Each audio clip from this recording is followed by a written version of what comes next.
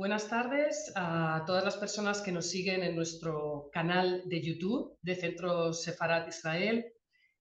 Continuamos con nuestro ciclo sobre las claves del antisemitismo hoy, en la actualidad, y en esta ocasión tenemos el placer de contar con el profesor Jeffrey Herf, que pertenece al Departamento de Historia de la Universidad de Maryland, donde enseña Historia Europea Moderna.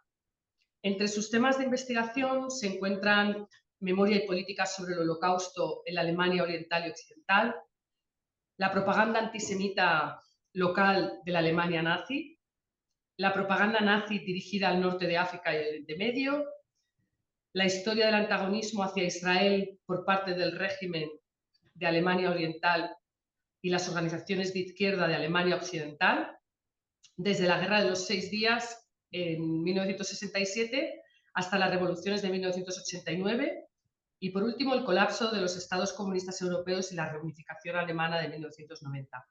Entre sus muchas obras, quiero destacar la última, por ejemplo, El momento de Israel, apoyo y oposición internacionales para el establecimiento del Estado judío, 1945-1949. Otra de sus obras muy reconocidas es Tres caras del antisemitismo, derecha, izquierda e islam, publicado este mismo año. Otro de sus libros es Antisemitismo y antisionismo desde una perspectiva histórica, convergencia y divergencia. Propaganda nazi para el mundo árabe y un largo etcétera. Y entre sus artículos quiero destacar los tres últimos que ha publicado además en revistas y en medios de comunicación bastante importantes, sobre todo a raíz, por ejemplo, en esta última época, a raíz de la masacre perpetrada por Hamas el 7 de octubre. Estos artículos son Historiadores del Holocausto, el genocidio, la carga del genocidio y Gaza, ese es uno de los artículos, y lo voy a decir en inglés porque están en inglés. The Ideology of Mass Murder y el último, From the River to the Sea. Sin más, bienvenido, profesor Herf, le cedo la palabra. Well, thank you very much, Muchísimas gracias. Muchas gracias, señora Méndez, y gracias al Centro Sefarad de Israel por invitarme. Para mí es un honor, un placer estar aquí con ustedes y poder dirigirme a ustedes porque sé que estos temas ahora mismo están muy de actualidad en España y para mí es un placer poder estar aquí con ustedes y presentarles este trabajo. Sé que la gente, pues, ahora mismo recuerda los terribles acontecimientos que se produjeron el día 7 de octubre y que han llevado a esta guerra terrible. A mí me gustaría hacer algunos comentarios al respecto más adelante, pero quizá a las personas que van a escuchar esta conferencia les guste más ver qué pasó en los años después del establecimiento del Estado de Israel. Son años en los que la izquierda estadounidense y europea, también la española, era prosionista. Y vamos a remontarnos a ese periodo para hablar primero de ello. En gran parte, el antisemitismo del siglo XXI proviene de falsas concepciones del establecimiento del Estado de Israel. Hay personas que piensan que, bueno, pues este Estado se creó como resultado del imperialismo británico y americano. Se pensó que se estaba creando una forma de racismo y que el Estado de Israel era una colonia que se basaba en la expulsión de los habitantes nativos. La Organización para la Liberación de Palestina empezó su actividad en los años 60 y tuvo un gran éxito también la propaganda soviética porque llevaron estas afirmaciones a las Naciones Unidas y a otros foros. Pero en realidad estas afirmaciones lo que hicieron fue cambiar lo que había sido la realidad de los últimos años de la década de los 40. Cambiaron la realidad de quién apoyaba y quién se oponía al proyecto sionista en esta época. Vamos a ver qué pasó realmente entre 1945 y 1949.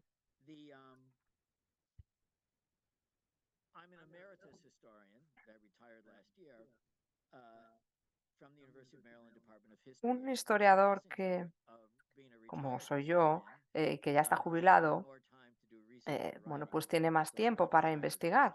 Yo no me he jubilado como historiador porque sigo investigando, pero uno de los beneficios de estar en la Universidad de Maryland es que los archivos del gobierno estadounidense están a nuestra disposición y ahí podemos ver los archivos del Departamento de Estado de Estados Unidos, el Departamento de Defensa, y lo cierto es que investigué mucho estos archivos y también los archivos del Ministerio de Asuntos Exteriores francés, el Ministerio de Interior y también el Ministerio de Asuntos Exteriores británico. Y hay cosas interesantes que podemos ver y a lo mejor también en los archivos del Ministerio de Asuntos Exteriores de España. A lo mejor hay historiadores españoles que pueden leer el libro que he publicado sobre el momento de Israel y deciden indagar. Las conclusiones de este libro son las siguientes. En primer lugar, el presidente en aquel momento de Estados Unidos era el señor Truman, sucesor de Roosevelt. Y como mucha gente sabrá, el presidente Truman sí respaldaba el proyecto sionista y su apoyo fue fundamental. Pero el apoyo de la Unión Soviética y de los regímenes comunistas en Hungría, Checoslovaquia, Polonia fue aún más importante. Este apoyo del bloque soviético generó muchas batallas diplomáticas en las Naciones Unidas. La decisión de la Checoslovaquia comunista de violar el embargo de armas británico y de las Naciones Unidas y de Estados Unidos y enviar armas a Oriente Próximo acabó enviando, bueno, pues apoyo a los sionistas en el año 48. El bloque soviético facilitó el establecimiento del Estado de Israel de otra manera también, porque facilitó la emigración de judíos a la zona de Palestina en un momento en el que la Armada británica estaba intentando evitarlo, esta emigración. Esta política soviética lo que quería era apartar a Gran Bretaña de Oriente Próximo, pero claro, esto tenía consecuencias políticas y también se vio acompañado por memoria, recuerdos del Holocausto y todo lo que había generado después de la Segunda Guerra Mundial. En 1949, la Unión Soviética puso en marcha un proyecto antisemita. Jorge Semprún, exministro de Cultura español, también habló del cambio de las políticas comunistas. A lo mejor algunas de las personas que me oyen desde España conocen este trabajo. En el año 1949, Stalin, el líder de la Unión Soviética, dijo que Israel no iba a ser un instrumento de influencia soviética en la región. Y entonces empezó una campaña muy exitosa de propaganda para cambiar la realidad de aquellos años y echar la culpa a Estados Unidos y Gran Bretaña de la aparición de Israel. No hablaron del apoyo soviético y comunista a la creación del Estado de Israel y decían que Israel era el producto del imperialismo estadounidense. De hecho, si había una potencia anticolonial en aquella época, era Israel en su lucha contra el poder británico de la región. La segunda conclusión del libro es que la atención que se dio a la resolución que pedía una solución de dos estados y el apoyo de Truman y su decisión de reconocer el Estado de Israel en el año 1948, cuando se fundó, ha pasado por alto, o los historiadores han pasado por alto, la oposición frontal al establecimiento del Estado de Israel por parte del Departamento de Estado de Estados Unidos, también el Departamento de Defensa y la CIA. Y al hacerlo, al pasar por alto esto, colaboraban con esta confusión y ellos colaboraban con el Ministerio de Asuntos Exteriores británico. Este libro se basa en los archivos estadounidenses y proporciona pruebas de este consenso antisionista que había y que estaba presente no solo entre los diplomáticos estadounidenses arabistas, sino que también estaba en lo que era el propio órgano de seguridad de Estados Unidos, personificado por el secretario de Estado Marshall, que dio nombre al Plan Marshall, y articulado por el primer director George F. Kennan. Para los que nos escuchan desde España y que conocen los primeros años de la Guerra Fría, recordarán que George Kennan fue el autor de un artículo muy importante en el que se hablaba de la contención del comunismo. Los diplomáticos estadounidenses y británicos veían la creación del Estado de Israel en Palestina como una amenaza para que Estados Unidos y Occidente pudiesen acceder a los recursos petrolíferos de la zona. Y intentaban frenar la expansión comunista en Oriente Próximo. Pensaban que Israel era una amenaza para los intereses de seguridad nacional de Estados Unidos en los primeros meses y años de esta política global de contención del comunismo y de la Unión Soviética. El Foreign Office británico estaba en la vanguardia de esta oposición al proyecto. De hecho, a pesar del historiador Lewis y del diputado Richard Crossman del Parlamento británico, no se tuvo en cuenta esta tendencia. De hecho, el establecimiento del Estado de Israel no tuvo nada que ver con lo que se suele denominar imperialismo británico o estadounidense. Al contrario, en aquel momento lo entendían aquellas personas que lo apoyaban como un intento de luchar contra el colonialismo. Esa es la segunda conclusión. La tercera conclusión es que el apoyo para el establecimiento del Estado judío en Estados Unidos incluye a ambos partidos en Estados Unidos, al republicano y al demócrata. Y tanto en la política como en el periodismo había críticas de los liberales, de personas de izquierdas, y a lo mejor estos nombres no los conocen las personas en España. El senador Robert Wenham, por ejemplo, en los años 30, apoyaba el New Deal. Otros congresistas también intentaban acabar con estas políticas de los años 20. Y hubo una revista en la que se planteaban estos artículos. También I. Stone, un liberal muy conocido, y en Nueva York los periódicos de izquierda o liberales, el New York Post y otros, no solo apoyaban el proyecto sionista, sino que planteaban otro argumento que a veces se olvida. Durante la Segunda Guerra Mundial había algunos líderes árabes, palestinos, líder Husseini, por ejemplo, tuvo que huir de la región y se refugió en la Alemania nazi. Durante esa época, Husseini y otros en Berlín participaron en propaganda en árabe que se emitía por parte del régimen nazi. Después de la guerra, los liberales en Nueva York y en Washington intentaron que el gobierno de Estados Unidos, el gobierno británico y el gobierno francés llevasen a Husseini ante la justicia por crímenes de guerra. Un ejemplo de lo débil que era la influencia de los judíos en Estados Unidos en aquella época es que no lo lograron.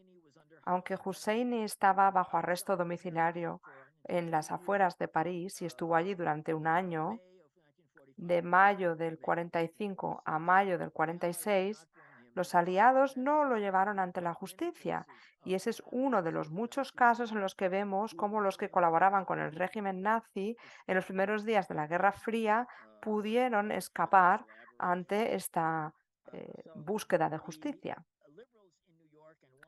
Los liberales en Nueva York y en Washington vieron el proyecto sionista como una parte que formaba parte del anticolonialismo y como una continuación lógica del movimiento antifascista después de la Segunda Guerra Mundial y el Holocausto.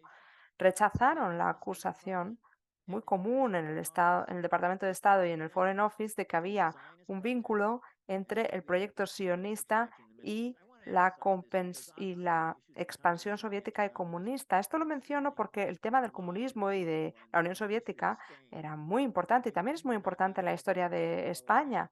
Y no necesitan ustedes que les explique yo nada al respecto, pero sí que me gustaría destacar que en el año 45, 46, 47, 48, los argumentos en contra del comunismo en Gran Bretaña y en Estados Unidos a menudo eran argumentos antisionistas.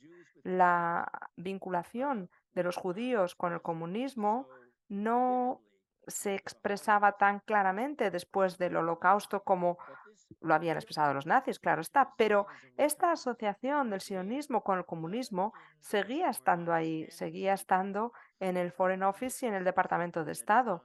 Y esto es algo que eh, no se sabe o se ha olvidado.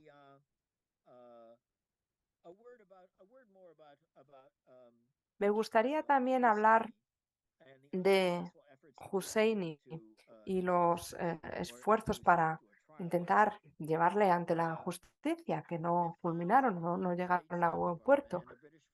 En, eh, en el Foreign Office, y espero que los historiadores británicos también lo tengan en cuenta, vemos que hay transcripciones en las que se ve la simpatía que despertaban, por ejemplo, los nazis y los artículos de Husseini. Aunque estaba en arresto domiciliario, como les digo, el Ministerio de Exteriores Feet and La Courneuve, francés files of the French Foreign Ministry confirm that lenient treatment for the Mufti, as he was known, was sí part of que an planteó esta cuestión y se intentaba en aquel momento mejorar, no socavar, mejorar la presencia francesa en Oriente Próximo después de la Segunda Guerra Mundial. Con lo cual, el argumento antisionista era un argumento colonialista, no anticolonialista. El hecho de que no se llevase a Husseini ante la justicia es un ejemplo de muchos de la capacidad que tenían algunos antiguos colaboradores con el régimen nazi para escapar a la justicia.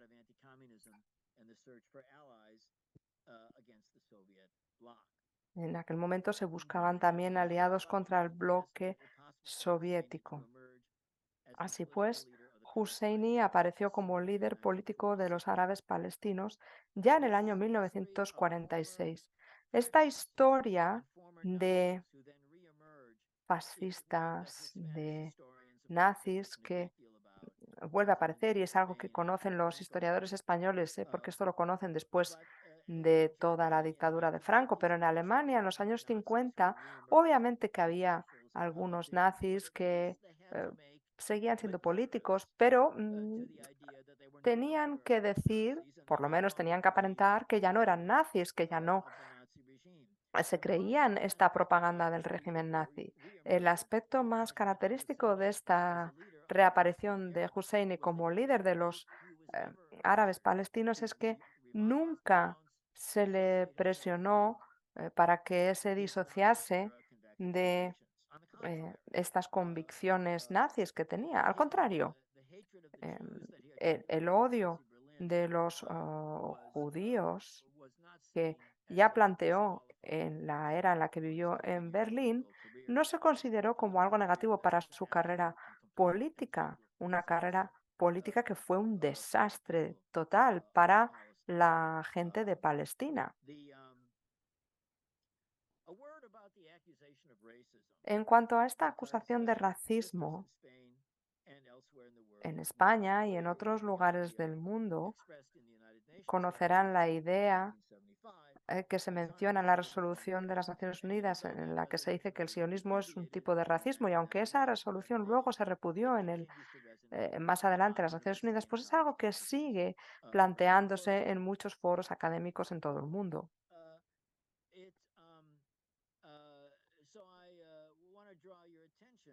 Así que me gustaría que em, ahora vean un discurso que hizo un primo de Husseini, que se llama Jamal Husseini.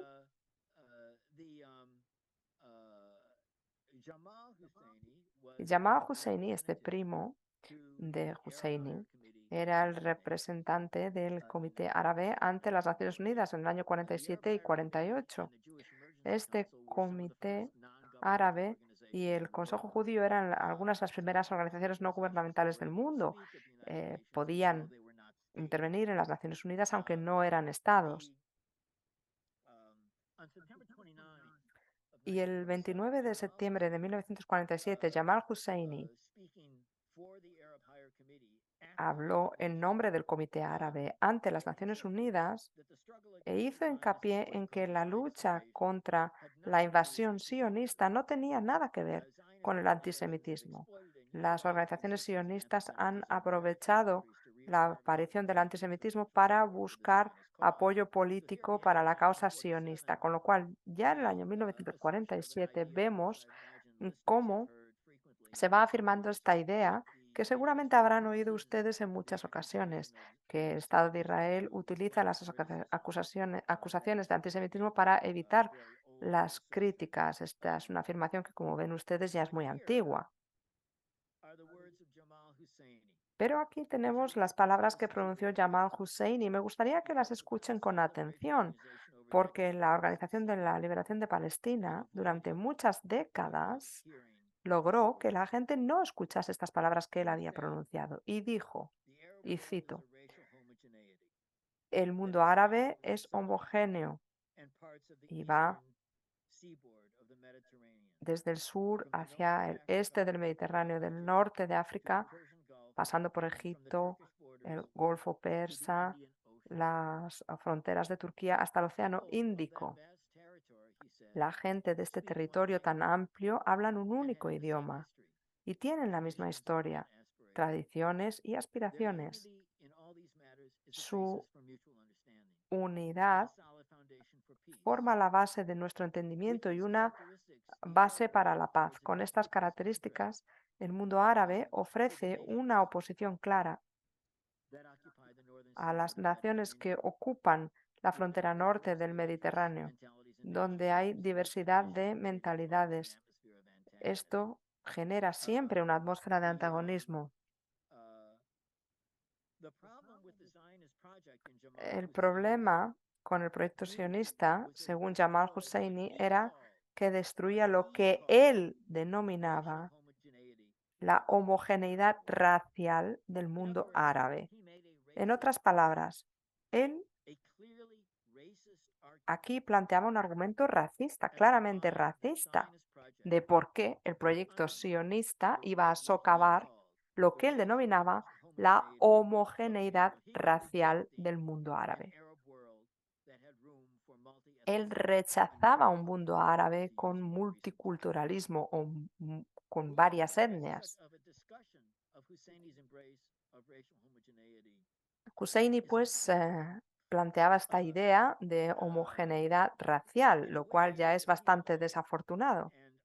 La Organización para la Liberación de Palestina em, empezó a realizar esta proyección psicológica. Lo que hizo fue proyectar el racismo de sus fundadores hacia los sionistas.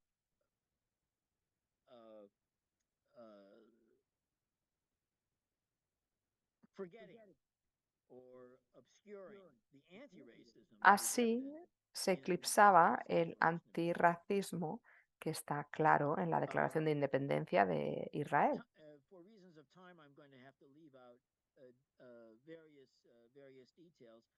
Hay algunos detalles que no voy a mencionar porque no tenemos mucho más tiempo, pero en el año 1947 y en el 48, los representantes de Polonia, Checoslovaquia, Hungría y la Unión Soviética en las Naciones Unidas eran los mayores defensores del proyecto sionista.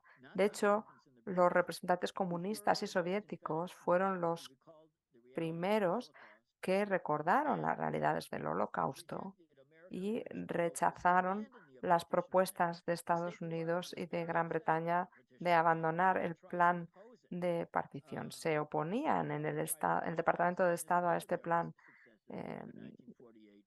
Decían que tenían que basarse en los éxitos militares después de la guerra y no se estaba de acuerdo en Estados Unidos con este plan en aquel momento. Todas estas realidades luego fueron suprimidas por la Unión Soviética y sus ulteriores campañas de propaganda.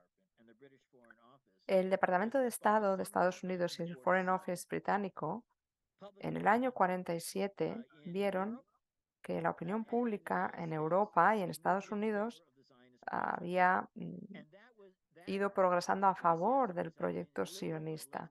Y este entusiasmo se veía también en las opiniones liberales en Europa, en Gran Bretaña, en Estados Unidos, y también estaba claro entre los miembros del Comité de las Naciones Unidas sobre Palestina, que se reunió en el verano del 47 y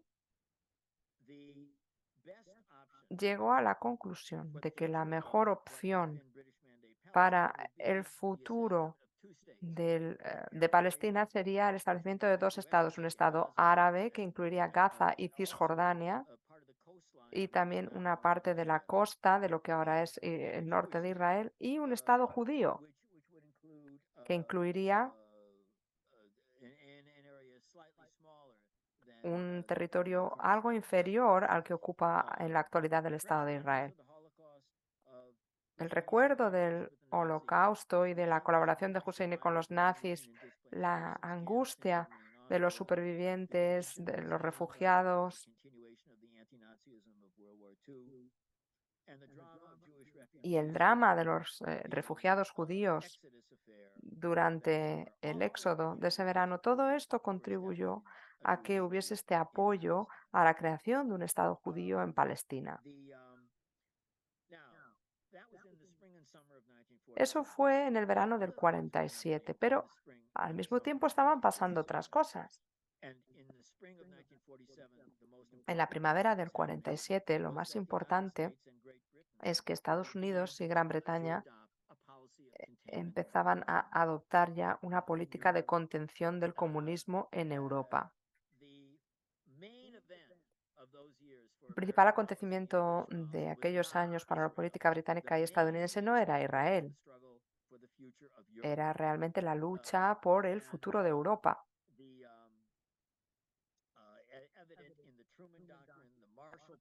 Y lo vimos en las declaraciones de Truman, en el plan de Marshall, los esfuerzos para evitar que hubiese un éxito de los partidos comunistas en Italia, en Francia y en otros lugares y para disuadir a Stalin de que avanzase hacia Occidente eran las principales preocupaciones de Gran Bretaña y de Estados Unidos. En el Departamento de Estado y en el Foreign Office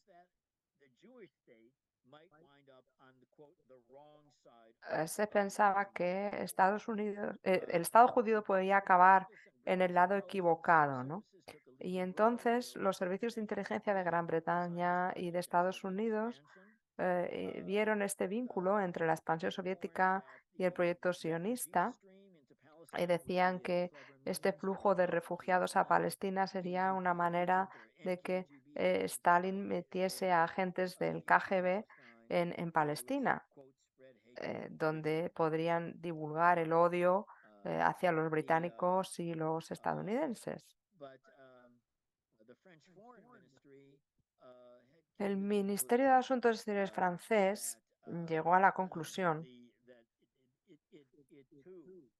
de que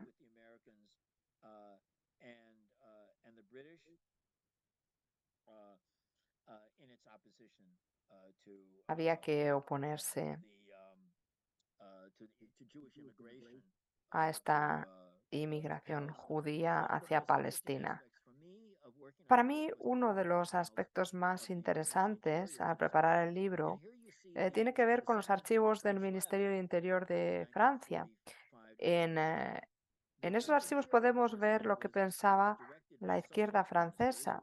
En el Ministerio del Interior había líderes socialistas, había un gobierno de coalición, sí, pero el Ministerio de Interior estaba liderado por Depreux, que era ministro de Interior, y eran los responsables de los pasaportes, los puertos, las aduanas, la policía, quién entraba, quién salía, y facilitaron la emigración judía a Palestina. Y al hacerlo, enfurecieron al Foreign Office británico, que intentaba evitar esta emigración, con lo cual aquí es importante tener en cuenta las dimensiones anticolonialistas del proyecto sionista. Como decía, en el verano del 47, el Departamento de Estado en Estados Unidos estaba muy preocupado por el posible éxito de un proyecto sionista en Palestina. Y aquí, pues vemos toda una serie de notas que cito en mi libro,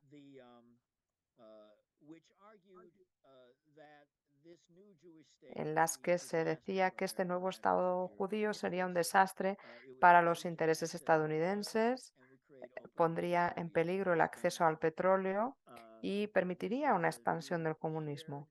Esta era una visión que compartían los arabistas del Departamento de Estado y también llegó a ser una tendencia entre los líderes del Departamento de Estado.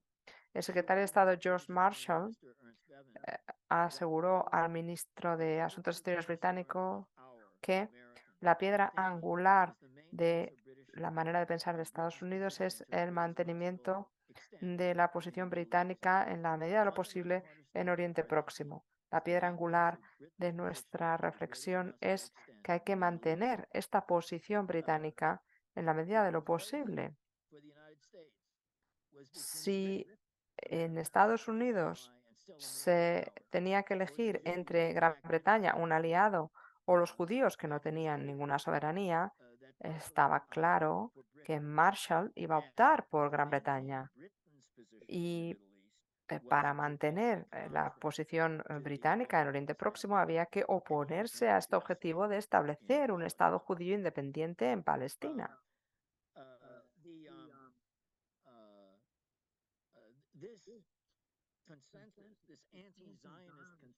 Este consenso antisionista quedó expresado en unas reuniones del Pentágono en octubre de 1948, una reunión entre oficiales británicos y estadounidenses.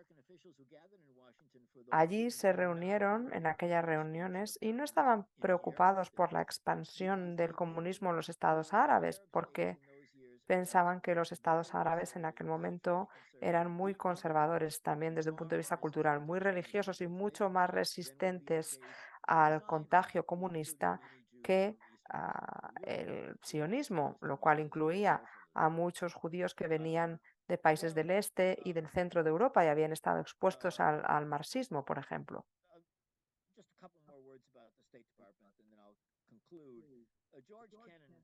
George Kennan, aquellos que conocen la historia de la Guerra Fría sabrán que es uno de los principales diplomáticos de Estados Unidos en el siglo XX. Y en enero del 48 escribió un informe sobre la postura de Estados Unidos con respecto a Palestina. Y volvió a centrarse en el acceso al petróleo y el peligro de esta expansión soviética. Afirma que era importante que Estados Unidos abandonasen el apoyo al plan de partición de las Naciones Unidas, que daría lugar a un Estado y que sería una amenaza al éxito del Plan Marshall, es decir, la reconstrucción económica de Europa Occidental.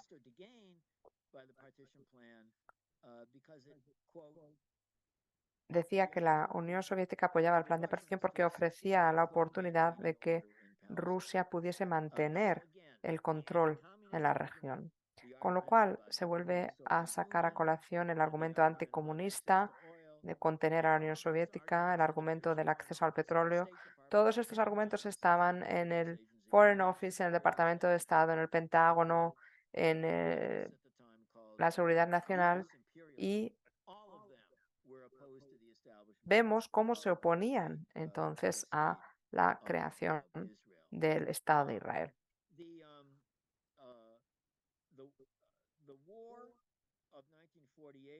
La guerra de 1948, bueno, empezó en diciembre de 1947 cuando Husseini en el Comité Árabe rechazó el plan de partición de las Naciones Unidas. Es muy importante recordar que en el año 1947 los árabes palestinos tuvieron la oportunidad de establecer un Estado propio, siendo parte de lo que era Palestina bajo el mandato británico. Incluía la costa de Gaza y la costa de la parte norte de Israel, más lo que hoy en día es Cisjordania. Y lo rechazaron. ¿Por qué lo rechazaron? Bueno, pues por cómo entendía en parte Husseini el Islam, su radicalización, eh, este argumento de que la religión del Islam era una religión inherentemente antisemita, aunque no es cierto, así es como lo interpretaba él, pero no es cierto, y lo rechazó y rechazaron esta resolución para la partición.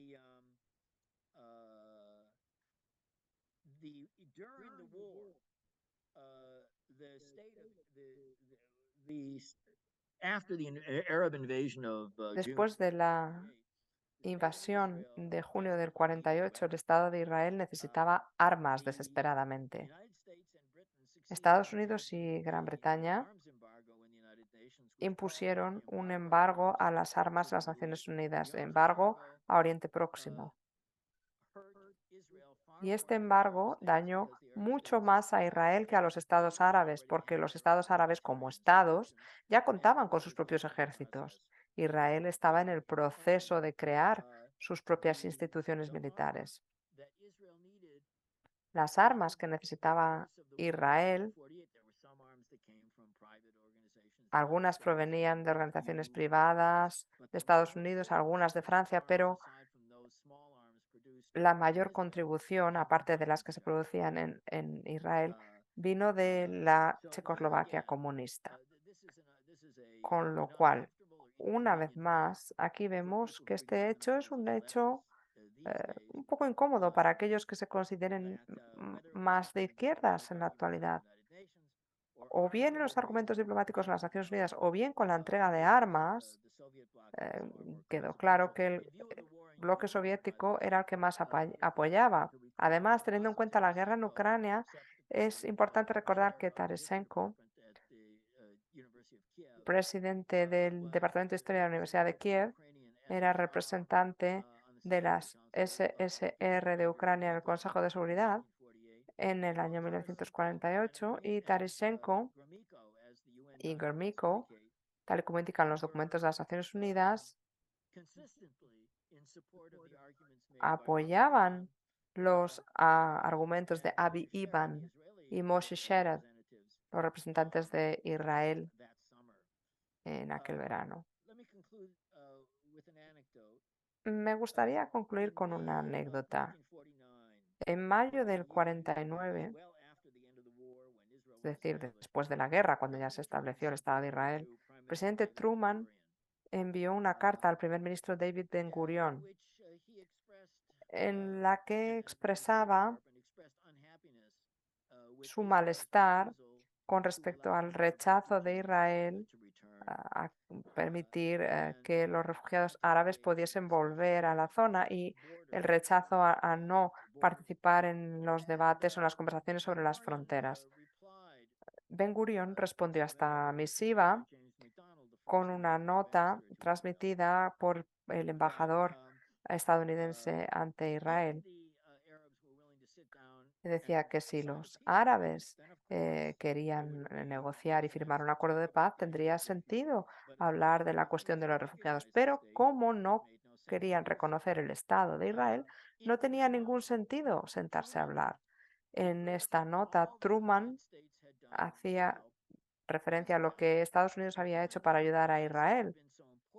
Y como Estados Unidos había sido tan importante para el establecimiento del Estado de Israel, ahora Ben Gurión tenía que escuchar a Truman y tenía que atender sus peticiones que tenían que ver eh, con una amenaza velada a la reducción del apoyo estadounidense.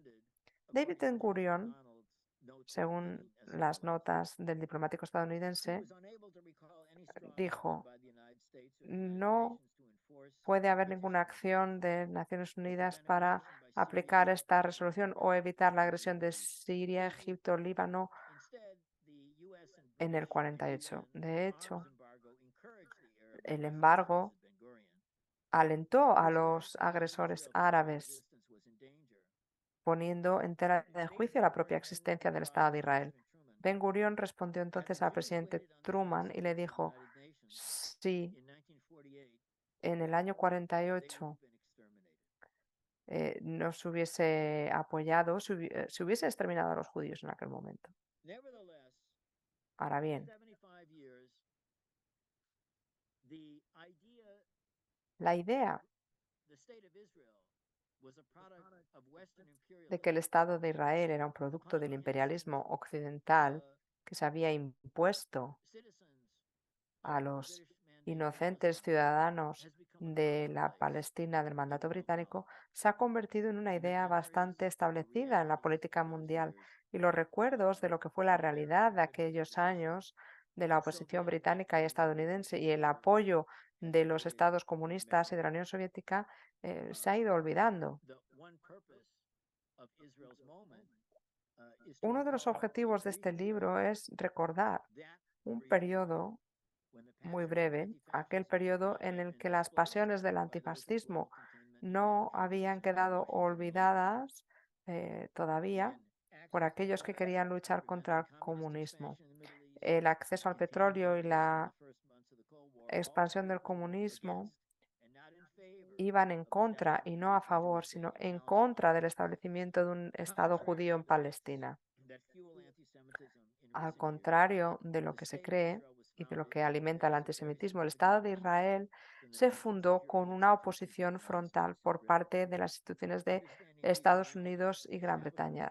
Hay que entender estas realidades en cuanto al establecimiento del Estado de Israel, porque así, si la gente quiere, se podrá replantear aquellas ideas, aquellos tópicos que han contribuido a generar concepciones erróneas que han ido atizando el antisemitismo del siglo XX.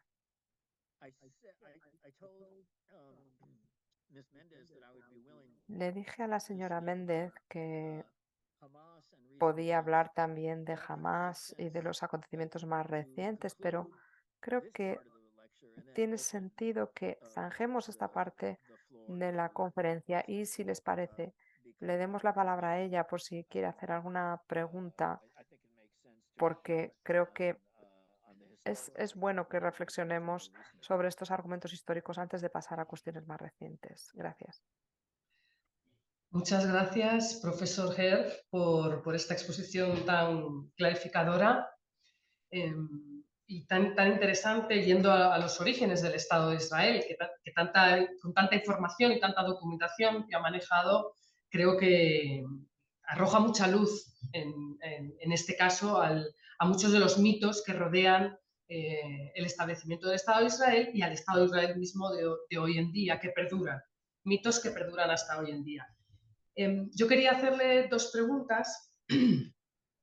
Una de ellas es refiriéndome a Amin al-Husseini, el gran mufti, llamado el gran mufti de Jerusalén. Su papel también, o sea, en los años previos, o sea, antes del Holocausto y durante el Holocausto, y luego cómo fue una figura importante, ¿no? En la conexión de la propaganda, antijudía, ¿no?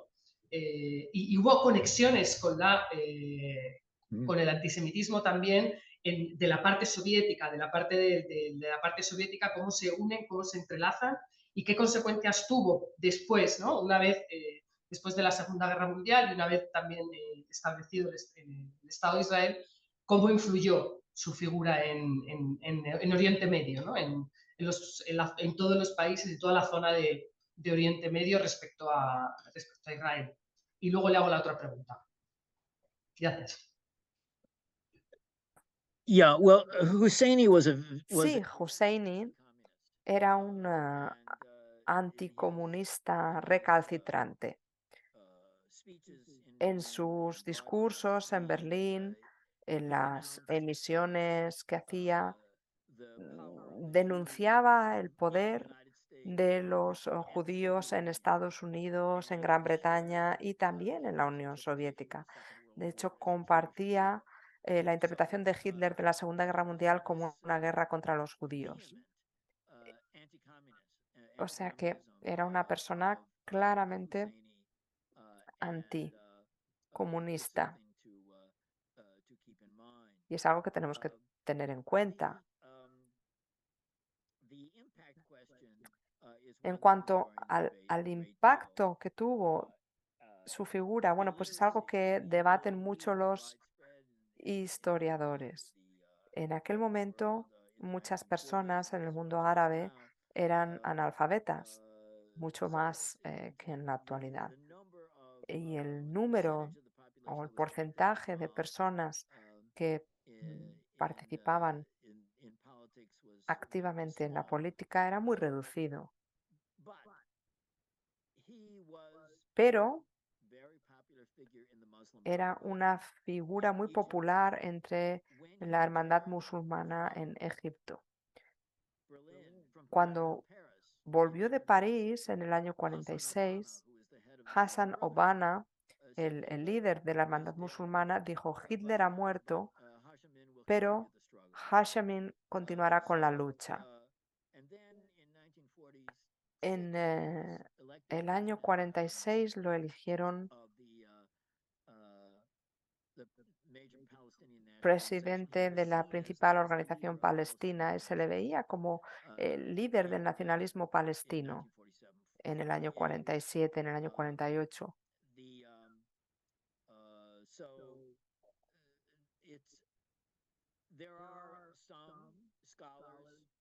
Hay algunos académicos, expertos en Oriente Próximo y en África que han hablado sobre el legado de Husseini. La OLP durante muchas décadas no quiso abrir este debate, pero Husseini incluyó esta variante islámica del antisemitismo. Para él no había diferenciación entre la oposición al sionismo y el antisemitismo. Él es antisionista. Mi colega en Alemania, Matthias Hansel, ya lo ha dicho, y el antisionismo que él tiene es resultado de su antisemitismo. Hay un debate, ¿no?, en cuándo estas críticas se convierten en antisemitas. Bueno, en el caso de Husseini estaba muy claro. Él odiaba a los judíos, el judaísmo y, por lo tanto, se oponía al establecimiento del Estado de Israel. Con lo cual es un legado terrible esta persona. Y realmente estaba muy presente entre las personas de izquierda y los liberales de la época. Y es algo que deberíamos sacar a colación, especialmente para que lo sepan los más jóvenes. Espero haber contestado a la pregunta. Sí, muchísimas gracias. También me estaba recordando, por ejemplo, y al hilo de lo que le voy a preguntar ahora, estaba recordando otra de las zonas también, estaba recordando Irak. Irak tenía una comunidad de una antigüedad de más de 2000 años, de una comunidad judía de más de 2000 años en Irak, y en 1941 ocurrió el Farhud, que fue una revuelta contra los judíos bastante famosa, Y entonces estaba recordando también la radio y toda la propaganda antijudía de esa época, ¿no? Y una propaganda que venía también de esas raíces nazis europeas, ¿no? Me estaba recordando eso también el Farhud. Y al hilo de esto también me quería preguntar sobre la expulsión, en ese contexto, en los años 40, 50, la expulsión de los judíos de muchos de los países árabes, y esos países que llevaban, en muchos casos llevaban siglos viviendo en esos países árabes, y muchos de ellos eran, digamos, eran parte de Oriente Medio, eran parte de la zona. En ese contexto eran indígenas, entre comillas, eran parte de esa zona, y esos son los que van a formar también, vuelven otra vez al Estado de Israel, ¿no? Que son los llamados Mizrajíes, que son los judíos árabes, ¿no? Entonces eso también es un poco, también contradice el mito del colonialismo, ¿no? O sea, cuando el colonialismo blanco, ¿no? Cuando en realidad muchos de los judíos provenían del Estado de Israel, una gran cantidad provenían del propio Oriente Medio, ¿no?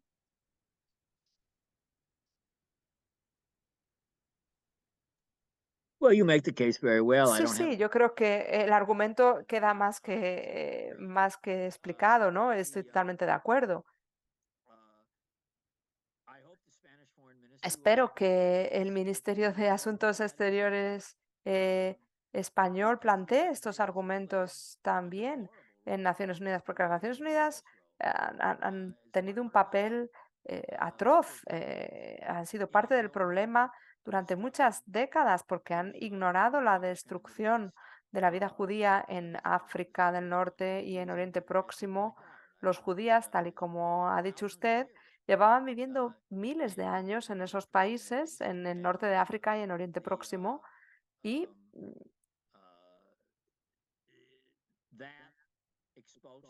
esa expulsión merece ser algo que se plantee y que tenga más atención por parte de los historiadores. Las Naciones Unidas tienen que responder de muchas de sus decisiones, sobre todo por lo que hace el Comité de Derechos Humanos. Es un nombre ridículo porque no hace nada a favor de los derechos humanos, porque han ignorado una y otra vez las realidades de este caso de racismo flagrante. ¿Qué más puedo decir? No conozco realmente el trabajo de los historiadores españoles sobre estas cuestiones y supongo que habrá un gran trabajo por parte de los historiadores, sobre todo en lo que se refiere a los acontecimientos del norte de África, pero estoy de acuerdo con lo que ha dicho usted sobre esta cuestión, totalmente. Vale, y la última pregunta que quería hacerle también es sobre la figura de Stalin durante esta época, sus diferentes, que es muy interesante, sus diferentes posicionamientos, ¿no? Cómo va cambiando su posición durante la época que ha estado tratando. Yes. Hablamos del 45 al 40, bueno, la época que le toca a Stalin, sus diferentes, hasta que ya desaparece de esta cuestión. Hábleme un poco cómo evoluciona su posición respecto al tema judío y el tema de Israel. Stalin Bueno, Stalin era muy hostil ante los judíos. En los años posteriores, después de la Segunda Guerra Mundial, él hizo un cálculo y pensó que quizás por el papel que había tenido el Ejército Rojo en la destrucción de la Alemania nazi, pues que quizá había judíos que estarían a favor de la Unión Soviética, y sí que había judíos que estaban a favor de la Unión Soviética. Y pensó que tal vez esta simpatía quedaría reflejada en este proyecto sionista, en el nuevo Estado de Israel. Con lo cual, en el año 47, ordenó al Ministerio de Exteriores en Moscú que apoyase a los sionistas, cosa que hicieron.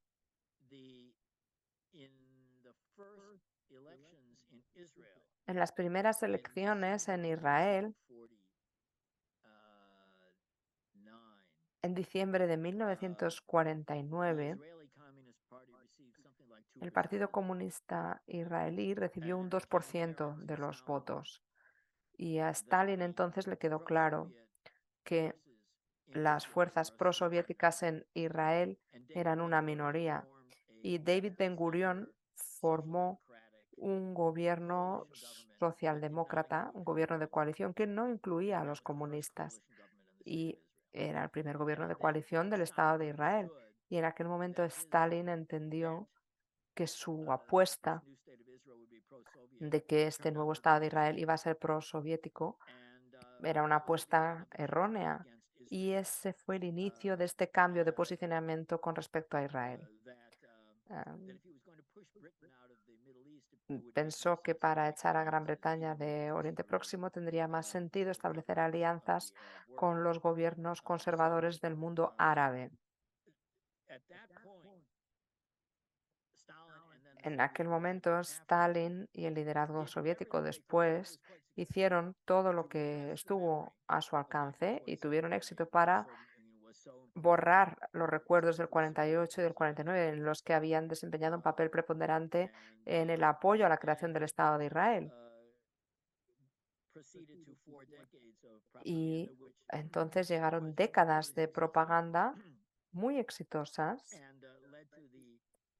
que llevaron a estas concepciones erróneas de que fueron Estados Unidos o Gran Bretaña los culpables, entre comillas, del establecimiento del Estado de Israel. Esa sería mi respuesta. No sé si quiere que hable también de Hamás, llegados a este punto. Como usted vea, o si quiere lo dejamos para otra conferencia, o si tiene tiempo, como usted lo vea. Well, then I'll just say very Solamente querría decir muy brevemente que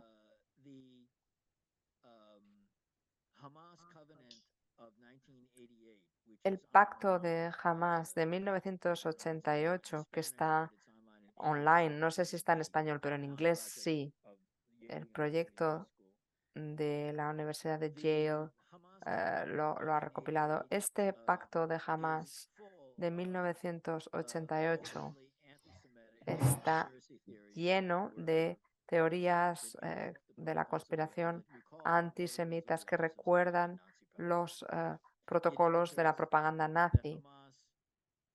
Ahí se menciona que Hamás proviene de la hermandad musulmana y se mencionan algunos de los temas que ya planteaba Hussein y que es un movimiento de extrema derecha.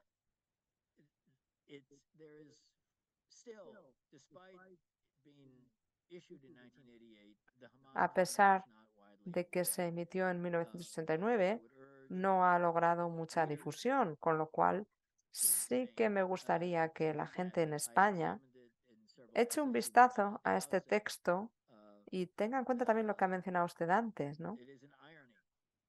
Es irónico que la gente que se considera de izquierdas o liberales sea tan reacia a ver lo que son los orígenes ideológicos de Hamás. Sea como fuere, creo que me ha planteado usted unas preguntas excelentes y espero que el público en Madrid, en España, haya encontrado la conferencia interesante y aprecio muchísimo su invitación. Les estoy muy agradecido. Pues Gracias. muchísimas gracias a usted, profesor Herr, y esperamos contar con su sabiduría y con su conocimiento en otra ocasión pronto, seguro, y que nos pueda seguir clarificando esto que tan complejo, ¿no? Y sobre todo hoy en día, ¿no? De que tanta luz hace falta y tanta información desde la academia hace falta, ¿no? Para clarificar algo que es muy importante. Muchísimas gracias, profesor Herr. You're very welcome. Thank you. Gracias a ustedes también. Gracias.